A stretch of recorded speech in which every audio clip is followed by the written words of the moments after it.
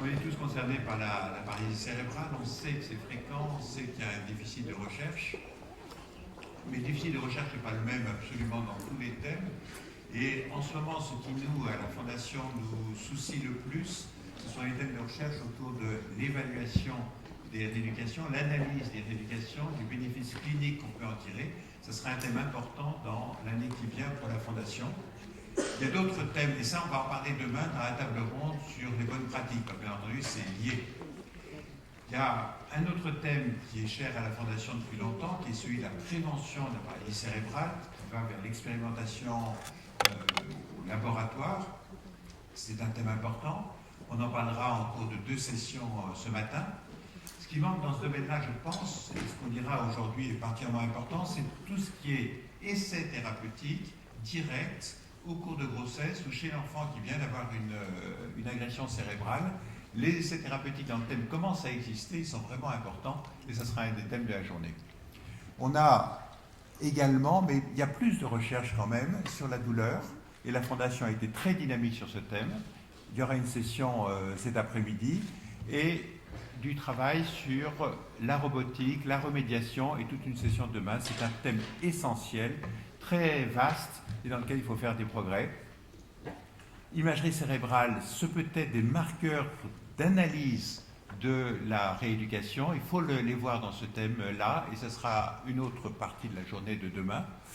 Enfin, il y a tout ce qui est épidémiologie, description, c'est sûrement le plus mature, c'est sûrement le plus ancien, il y a des cohortes.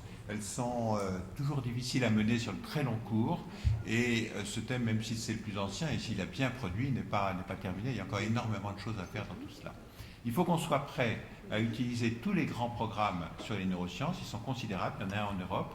Il y a surtout, et c'est à celui-là que je pensais surtout, celui qui vient d'être lancé par le NIH pour des sommes considérables poussées par le président Obama sur les neurosciences. En général, mettre ensemble les différentes formes de neurosciences, c'est un abord extraordinairement important pour décrire le cerveau normal, mais également analyser les différentes pathologies à travers ces connaissances nouvelles, croisant les spécialités, et ça c'est vraiment un élément majeur.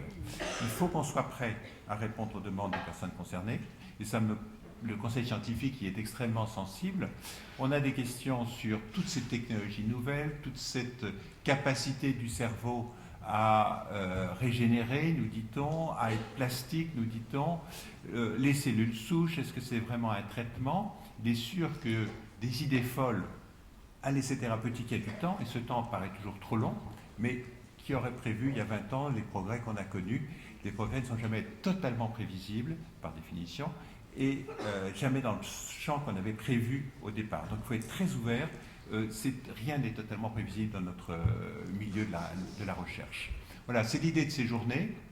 Rapprocher des thèmes très différents, rapprocher des gens très différents, utiliser les connaissances dans différents thèmes et faire qu'il y ait de l'échange, que les personnes concernées soient bien dans la recherche, au cœur de la recherche, dit-on, mais il y a beaucoup de gens au cœur de la recherche.